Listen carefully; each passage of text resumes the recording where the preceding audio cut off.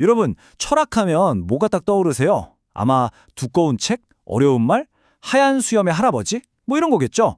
좋습니다. 오늘 제가 그 생각 아주 그냥 박살 내드리겠습니다. 철학이 어떻게 우리 삶의 가장 강력한 무기가 될 수 있는지 지금부터 보여드릴게요. 어떤 고등학생이 이런 질문을 했대요. 와, 진짜 뼈 때리는 말 아닌가요? 생각해보세요. 과학책에는 막 최신 우주선 사진이 있고 사회책에는 하루가 다르게 변하는 세상 이야기가 있는데 왜 유독 철학책만 몇천 년 전에서 시간이 멈춰버린 것 같을까요? 그래서 그런지 우리한테 철학은 약간 꼬리뼈 같은 존재가 돼버린 거죠. 뭐 옛날에는 쓸모가 있었을지 몰라도 지금은 그냥 아무짝에도 쓸모없는 지루하고 어려운 옛날 이야기. 근데요, 정말 그럴까요? 만약에 바로 그 꼬리뼈 같은 철학에 우리가 잃어버렸던 삶의 가장 중요한 열쇠가 숨겨져 있다면 어떨 것 같으세요? 자, 그런데 말이죠. 만약에 철학 수업이 이렇게 시작된다면요? 어떤 날은요, 뜬금없이 엄청 큰 수컷 바퀴벌레 그림을 들고 와요. 또 어떤 날은 갑자기 산타 할아버지 얘기를 막 시작하고요.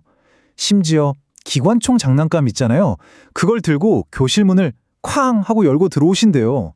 아니, 이게 진짜 철학 수업이 맞나 싶은 그런 황당한 장면이 매일 펼쳐지는 거죠.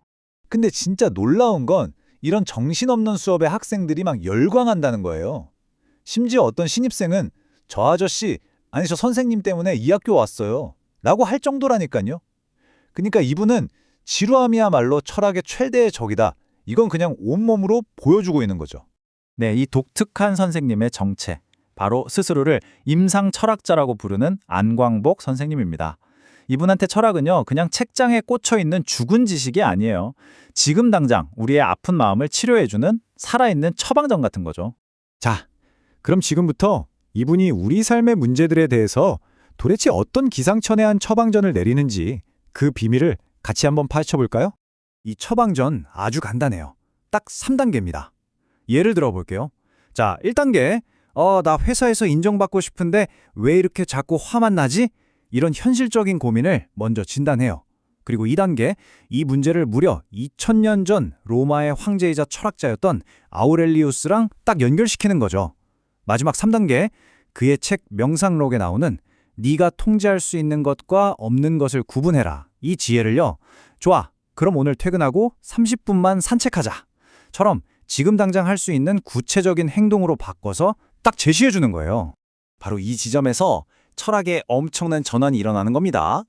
그냥 이론을 공부하는 죽은 철학이 아니에요. 내 삶의 문제를 풀기 위해서 생각하는 힘, 바로 철학함을 실천하는 살아있는 철학이 되는 거죠.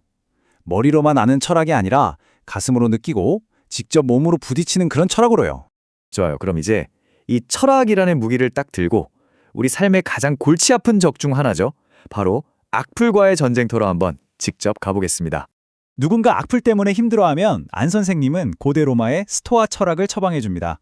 핵심은 딱 두 가지예요. 첫 번째, 스트라이샌드 효과를 기억하라는 겁니다. 아시죠? 악플에 막 감정적으로 반응하면 할수록 오히려 일이 더 커지는 거. 그리고 두 번째는요, 나는 이 우주라는 거대한 연극 무대에 선 배우다. 이렇게 생각하는 거예요. 진짜 훌륭한 배우는 막 야유하는 관객, 그러니까 악플러들한테 신경 안 쓰잖아요. 그냥 자기한테 주어진 역할에만 딱 집중하죠. 결국 결론은 이거예요. 내가 어떻게 할 수 없는 남들의 평가에 휘둘리지 말고 오직 내가 통제할 수 있는 내 태도와 행동에만 집중하는 것.